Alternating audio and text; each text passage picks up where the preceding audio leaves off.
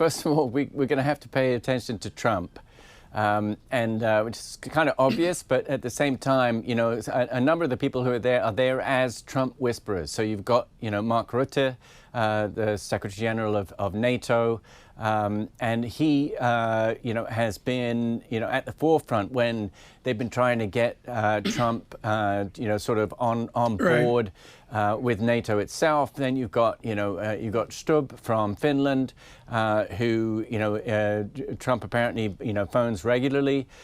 These are people they're going to be trying to cajole Trump into, some kind of, agreement that will, get out the map. I mean, Paul was talking about it earlier. I mean, Mark, does the president understand Helsinki is 243 miles from St. Petersburg, or is literally 80 miles from the Russian border? Does he understand the immediacy of this for Eastern European and Scandinavian nations?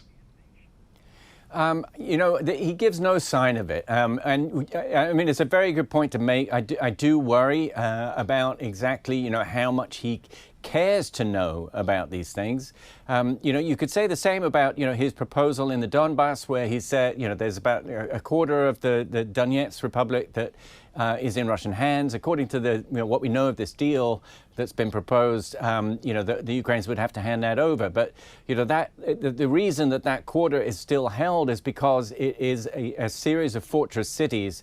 Once that's given away, the actual provincial line has no natural defenses, no man-made defenses, and leaves Ukraine sort of wide open. Hence the vast importance of, what kind of security guarantees, Trump is saying he's willing to offer. We don't know, and I think that will be the key issue that both Zelensky and the Europeans will be wanting to nail down. Do we know, Mark, to what extent President Trump is willing to really challenge Putin and Russia on whatever negotiations are upcoming? Do we have any sense his level of commitment? I mean, sadly, I think we just found out in Alaska.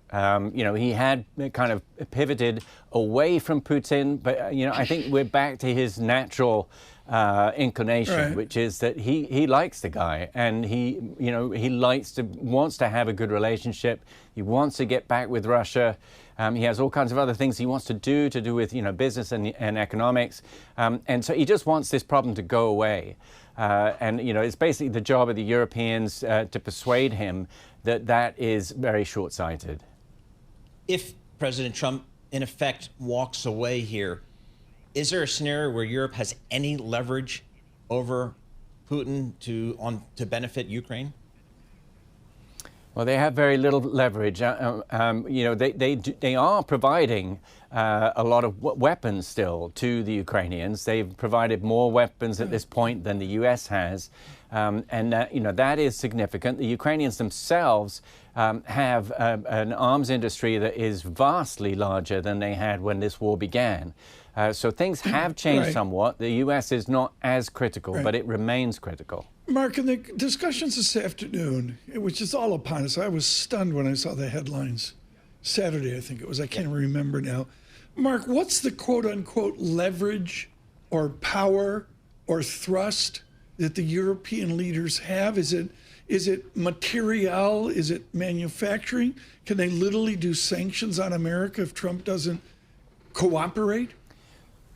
No, this is the incredibly difficult thing that the Europeans, are at a moment of continued dependency on the U.S., both for security and for in terms of economy, and that's why they haven't been able really to strike back hard on trade, and it's why it'll be very difficult for them to just sort of tell him that he's wrong and they're just going to walk away and do it on their own.